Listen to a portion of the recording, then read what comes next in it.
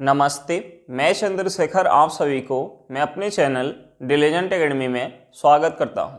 हम लोग बिहार एसएससी के लिए एक मैथ का सीरीज स्टार्ट किए थे, जिसमें हम लोग प्रत्येक दिन बिहार एसएससी में आए हुए मैथ का प्रीवियस क्वेश्चन और उस पर आधारित मैथ का क्वेश्चन कर रहे हैं।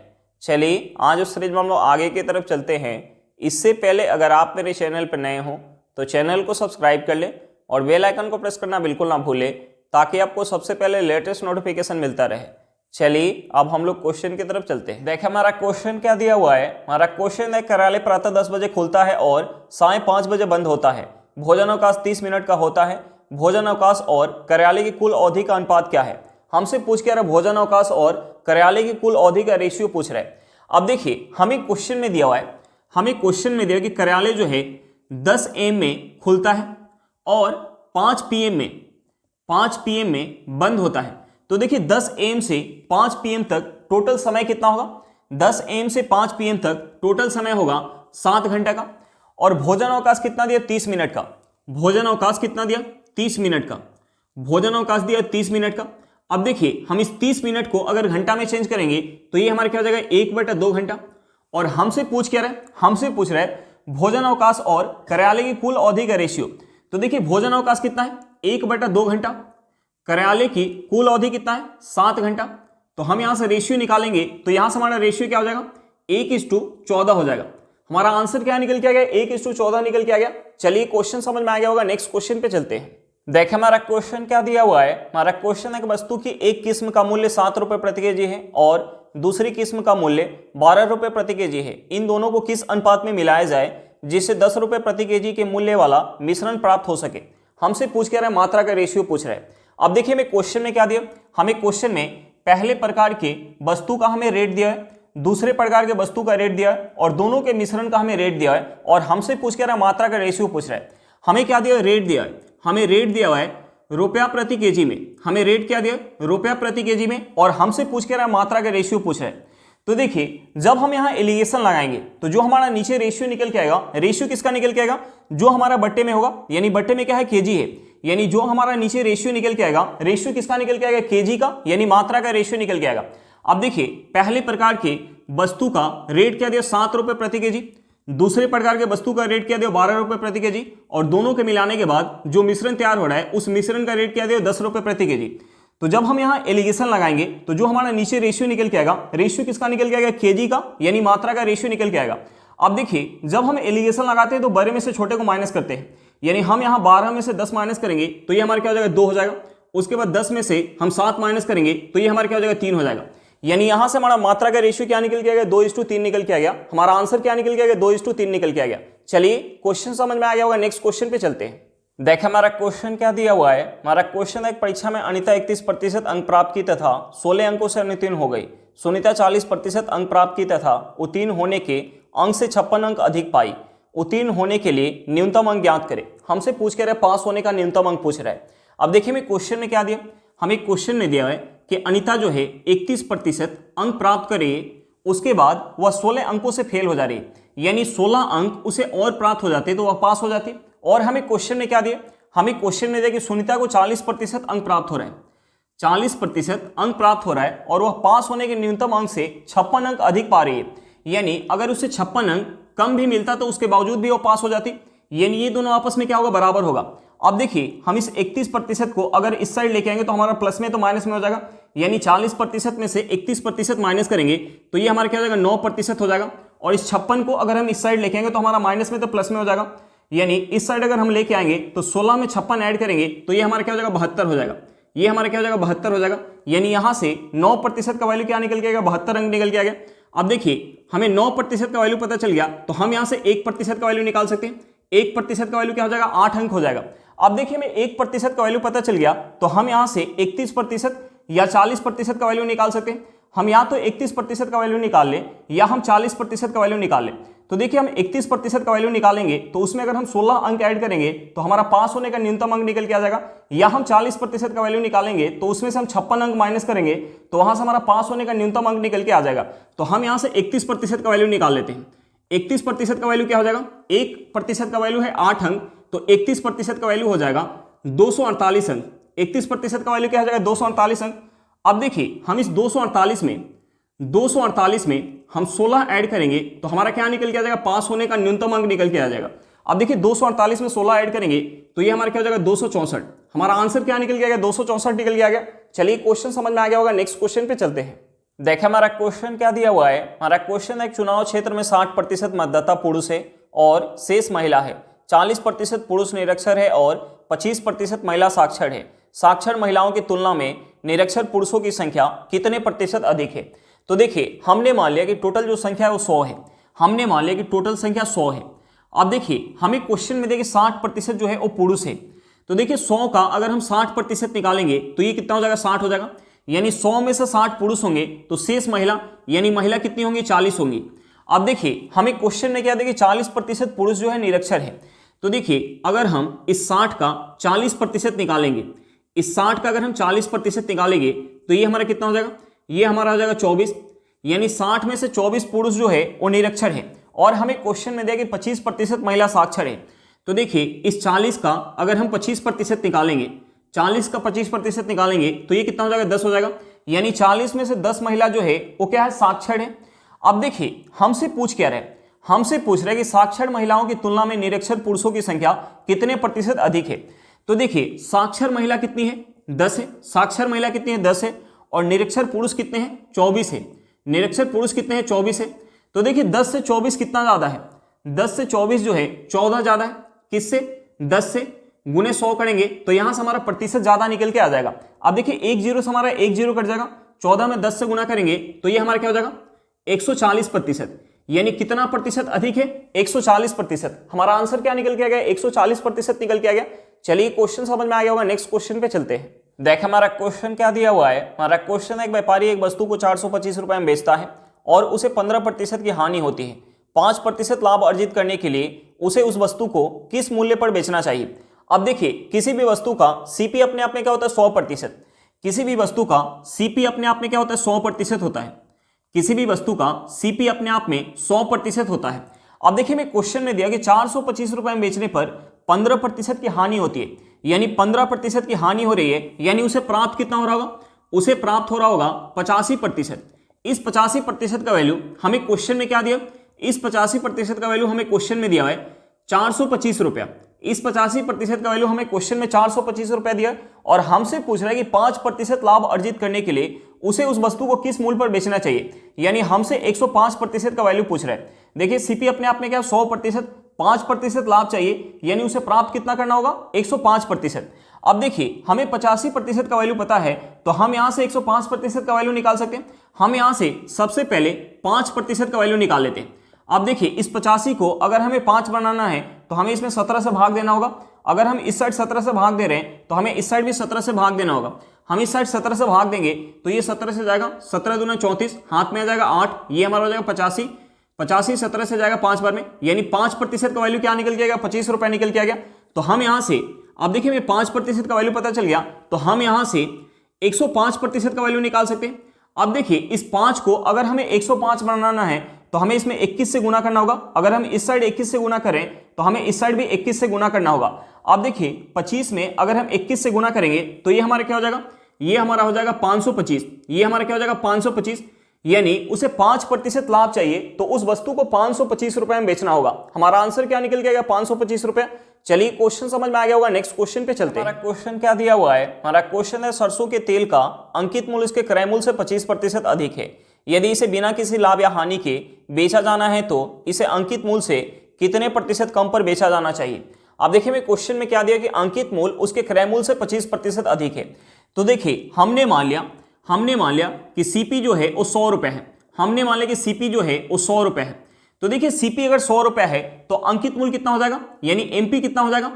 हमें क्वेश्चन में देखिए अंकित मूल्य सीपी से 25% अधिक है। तो देखिए 100 का अगर हम 25% निकालेंगे तो ये हमारा कितना हो जाएगा, 25 रुपया।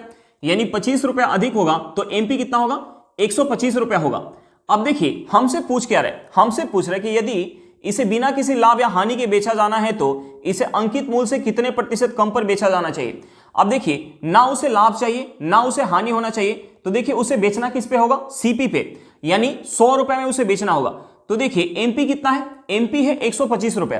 तो देखिए 125 रुपए में से कितना का कमी करें ताकि ये 100 रुपए हो जाए, यानी इसमें से अगर 25 रुपए का कमी कर देगा, यानी कितने प्रतिशत का कमी करेगा?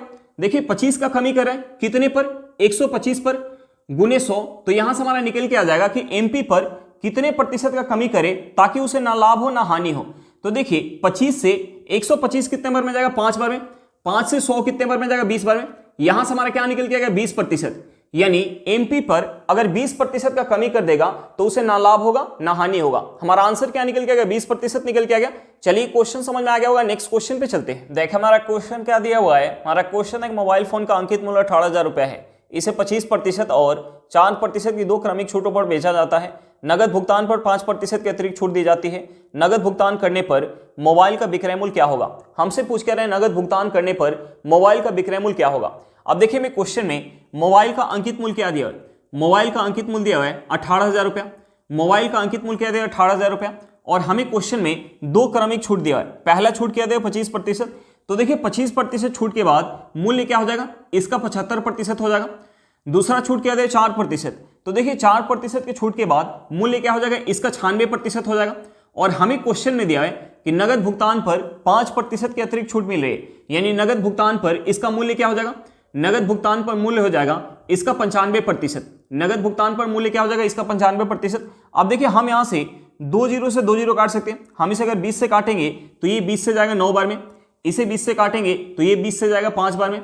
अब देखिए 5 से अगर हम इसे काट लें 95 को तो ये कितने बार में जाएगा? 19 बार में। अब देखिए अगर हम इसे 25 से काटेंगे तो देखिए 25 से 75 कितने बार में जाएगा? 3 बार में। 25 से 100 कितने बार में जाएगा? 4 बार में। 4 से अगर 96 को काटेंगे ये कितने बार में जाएगा? 24 बार में। अब देखिए यहां से हमारा क्या बच गया? यहां से हमारा बच गया 9 गुने 3 गुने 24 गुने 19। अब देखिए 19 में अगर हम 9 से गुना करेंगे तो ये हमारा कितना हो जाएगा? 19 में 9 से गुना करेंगे तो ये हमारा हो जाएगा 171। अब देखिए 171 गुने 24 गुने 3। अब देखिए हम इसमें अगर 24 से गुना करेंगे, हम इसमें अगर 24 से गुना करेंगे तो कितना हो जाएगा? 171 में 24 से गुना करेंगे तो देखिए 1 में 24 से गुना करेंगे तो 24 हो जाएगा। 24 का 4 हाथ में 2, 24 का 4 हाथ में क्या हो जाएगा? 2 हो जाएगा। अब देखिए 7 में अगर हम 24 से गुना करेंगे तो ये हमारा कितना हो जाएगा? ये हमारा हो जाएगा 168। 168 में 2 ऐड करेंगे तो ये हमारा हो जाएगा 170। 170 के 0 हाथ में 17। अब देखिए 1 में 24 से गुना करेंगे तो 24 हो जाएगा। 24 में 17 ऐड करेंगे तो 24 में 10 ऐड करेंगे 34। 34 में 7 ऐड करेंगे तो ये हमारा क्या हो जाएगा? 41। यानी ये हमारा हो गया 4104 गुने, अभी हमारा क्या बच गया? 3 बच गया। अब देखिए हम इसमें 3 से गुना करेंगे तो ये हमारा क्या हो जाएगा? 3 से गुना करेंगे तो ये हमारा हो जाएगा 12 3 12। यानी यहां से विक्रय मूल्य क्या निकल के आ गया? नगद भुगतान करने पर विक्रय मूल्य निकल के आ गया 12,312 रुपया। हमारा आंसर क्या निकल के आ गया? 12,312 रुपया। चलिए क्वेश्चन समझ में आ गया होगा, नेक्स्ट क्वेश्चन पे चलते हैं। देखिए हमारा क्वेश्चन क्या दिया हुआ है। हमारा क्वेश्चन है दलजीत ने जबीर को 3 वर्षों के लिए 10,800 रुपए उधार दिए और कबीर को उसी दर पर 2 वर्षों के लिए 7,500 रुपए उधार दिए और दोनों से ब्याज के रूप में कुल 1,422 रुपए प्राप्त किए। वार्षिक ब्याज दर कितनी है? हमसे पूछ के रेट ऑफ इंटरेस्ट पूछ रहा है। अब देखिए हमें क्वेश्चन में कहीं भी चक्रवृद्धि ब्याज नहीं लिखा हुआ है, यानी हम ये मान के चलेंगे कि यहां जो ब्याज काउंट हुआ होगा साधारण ब्याज की दर से ब्याज काउंट हुआ होगा। तो देखिए साधारण ब्याज का फॉर्मूला क्या होता है? साधारण ब्याज का फॉर्मूला क्या होता है? साधारण ब्याज का फॉर्मूला होता है P गुने R गुने T बटा 100। तो देखिए हम यहां क्या करेंगे? दोनों का साधारण ब्याज काउंट करेंगे। अब देखिए जबीर को कितना दे रहा है? जबीर को कितना दे रहा है? जबीर को दे रहा है 10,800 रुपया। जबीर को दे रहा है 10,800 रुपया कितने वर्ष के लिए? 3 वर्ष के लिए। रेट ऑफ इंटरेस्ट को हमने मान लिया 8% बटे हमारा क्या हो जाएगा? 100 हो जाएगा। अब देखिए कबीर को कितना दे रहा है? कबीर को 7,500 रुपए दे रहे हैं। कबीर को 7,500 रुपए दे रहे हैं कितने वर्ष के लिए? 2 वर्ष के लिए। और यहां भी रेट ऑफ इंटरेस्ट क्या है? सेम है, बटा हमारा क्या हो जाएगा? 100 हो जाएगा। अब देखिए यहां से जो हमारा टोटल ब्याज निकल के आएगा वो हमें क्वेश्चन में क्या दे? 1,422 रुपया। यानी ये किसके बराबर हो जाएगा? 1,422 रुपए के बराबर हो जाएगा। अब देखिए हम इस इक्वेशन से R का वैल्यू निकाल सकते हैं। यहां से हम 2 जीरो से 2 जीरो काट सकते हैं, यहां से भी हम 2 जीरो से 2 जीरो काट सकते हैं। अब देखिए 108 में अगर हम 3 से गुना करेंगे तो ये हमारा क्या हो जाएगा? ये हमारा हो जाएगा 324R प्लस, अब देखिए हम 75 में 2 से गुना करेंगे तो ये हमारा हो जाएगा 150R इक्वल टू 1,422। अब देखिए हम इसे ऐड करेंगे, तो ये हमारा क्या हो जाएगा? ये हमारा हो जाएगा 474R इक्वल टू 1422। अब देखिए 474 से अगर हम 1422 को काटेंगे तो ये कितने बार में जाएगा, 3 बार में। यानी यहां से r इक्वल टू हमारा क्या निकल के आ गया, 3 निकल के आ गया। यहां से r इक्वल टू क्या निकल के आ गया, 3 निकल के आ गया। यानी रेट ऑफ इंटरेस्ट क्या निकल के आ गया, रेट ऑफ इंटरेस्ट निकल के आ गया 3%। हमारा आंसर क्या निकल के आ गया, 3% निकल के आ गया।